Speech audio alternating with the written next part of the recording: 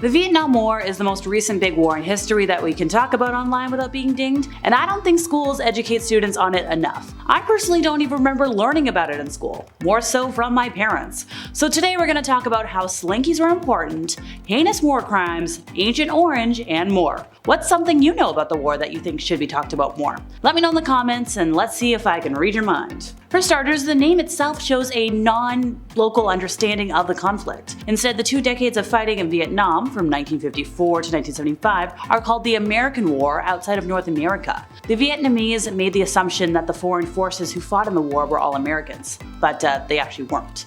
Large numbers of Thais, South Koreans, and Australians, to name but a few, fought on the side of South Vietnam. But still, just kinda neat that around the world, we're like, oh, Vietnam War. Everybody else is like, no, the American War. Also, the war was a time during which resources were scarce and the troops had to make use of anything and everything they could to save lives. So during this time, super glue was used to control fluid release until an injured soldier could be given proper medical attention. Duct tape was used to repair damaged helicopter blades, and slinkies were used as mobile radio antennas. Folks would sling the slinkies over branches and extend the range of their radios. And here I was wasting one by just launching it down the stairs for fun.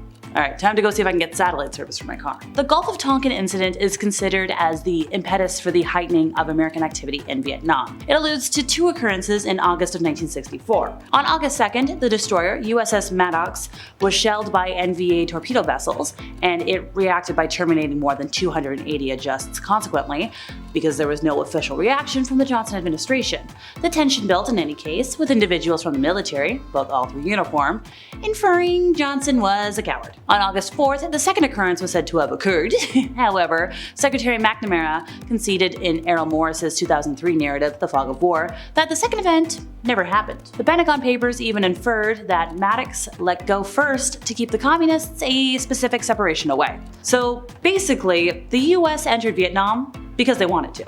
Sadly, there were mass killings and war crimes to go around during the Vietnam War. Of course, the United States committed one of the most atrocious acts of the war when they wiped out 400 innocent civilians at My Lai. It was March 16th of 1968 when men, women, and more, who were very much non-combatants, were killed by US troops in what has since become known as the My Lai mass extinction event. The women were all S8 before the killings as well, which just added an awful tragedy on top of the unimaginable death. Even worse, the US government covered up those acts in My Lai for more than a year before journalists were finally able to break the news in November of 1969. But the Americans weren't the only guilty parties there, not by a long shot. In Vietnam at the time, the US's South Korean allies committed war crimes as well. South Korea's 2nd Marine Brigade became infamous in its own right in 1966 when they wiped out hundreds of innocent civilians at Bin Hoa and another 150 or so civilians at Bin Tai.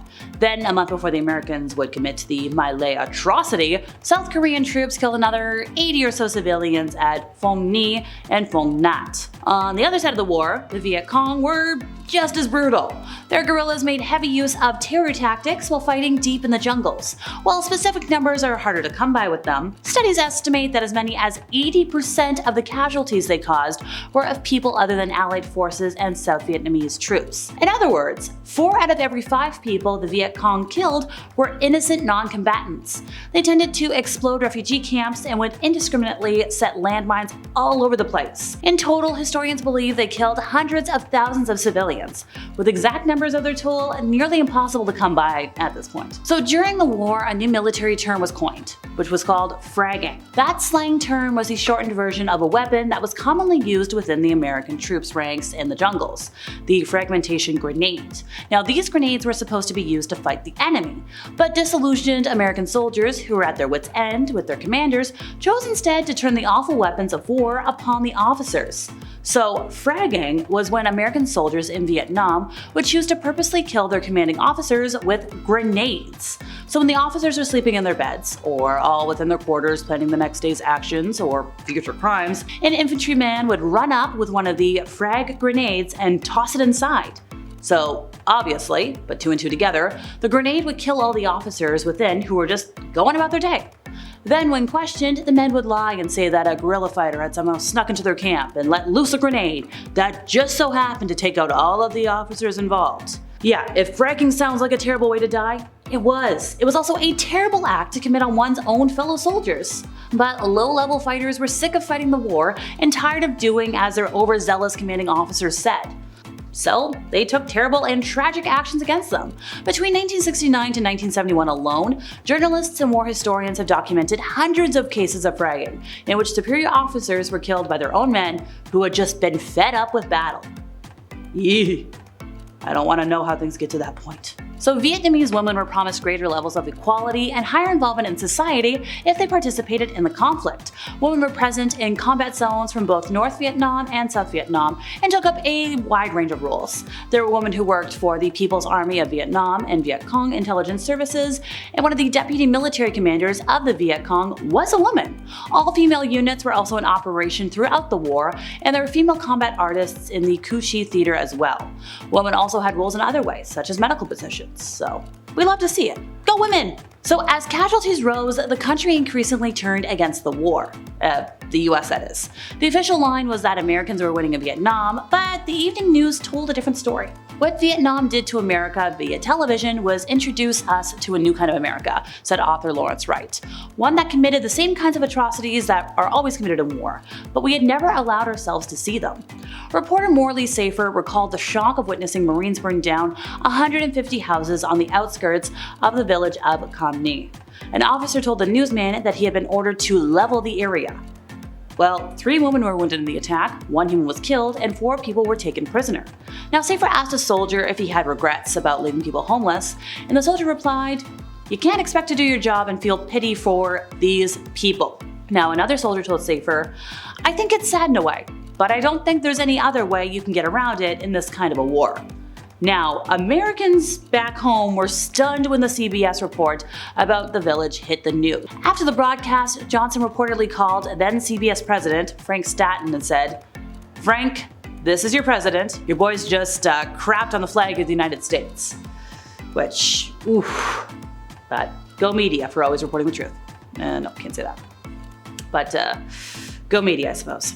So at the time, a draft was enacted to ensure young men from the US would fight in the conflict. But a lot of folks were kind of against the war, didn't want to join, and working class men were more likely to get drafted over those in the middle class because, well, college students could get deferments, which meant you couldn't go. You were like, nope, can't do it, too busy with school. So this led to a lot of people choosing to flee the country and go to Canada. More than 125,000 people in total fled to this country to avoid the draft, and they were all granted amnesty by President Carter after the war.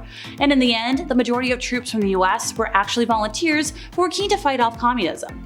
Now, but when the choices were Vietnam, jail, or draft dodging by making their way up to Canada, some young men panicked and devised ways to fail the military's physical exam, including mutilating themselves, starving, or pretending to be gay, because that would have gotten you no, don't have to go. So the Vietnam War would have never happened had it not been for specific events during the German mass extinction event many decades before. In fact, a full-scale conflict in Vietnam nearly broke out during that time period.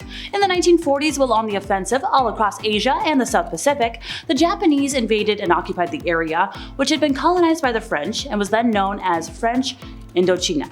If I got that wrong, I apologize. During the occupation, the Japanese found the communist-backed Viet Minh were their foes, and vicious ones at that. But like they did in many places across that region of the world at the time, Japan attempted to occupy the land for themselves, and they set upon a course of brutality to ensure it would be theirs. Now, not content to let Japan have the French area, and possibly even more land around Southeast Asia, several allied powers and other nations stepped up to back the Viet Minh. So the United States, the Soviet Union, and China all sent material and financial support to the Viet Minh in their guerrilla fight against Japan. Then after that event ended, the communist outfit kept that logistical support, weapons and all, and even stocked up on old Japanese weapons that the invading army had left behind upon retreat.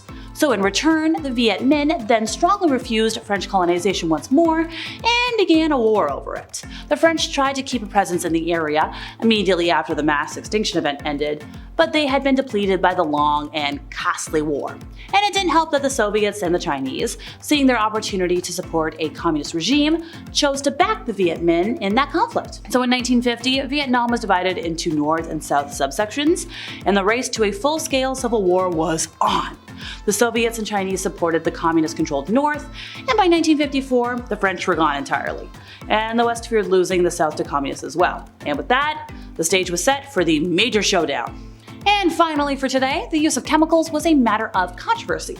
Specifically speaking, the one we know most about was Agent Orange, a defoliant designed to strip away forest cover used by enemy guerrilla troops. So after the war, the chemical mixture was found to cause tumors, birth defects, and other ailments, which both returning US soldiers and many Vietnamese folks suffered from. The effects of the chemical continues to persist, even to this day. Present day still, folks in Vietnam are being born with horrific birth defects from the lingering effects of Agent Orange. Which, yikes. And that's the end of our time once again, folks. I've been Alexa, the resident emo girly. See y'all next time I buzz in over here at Bumblebee.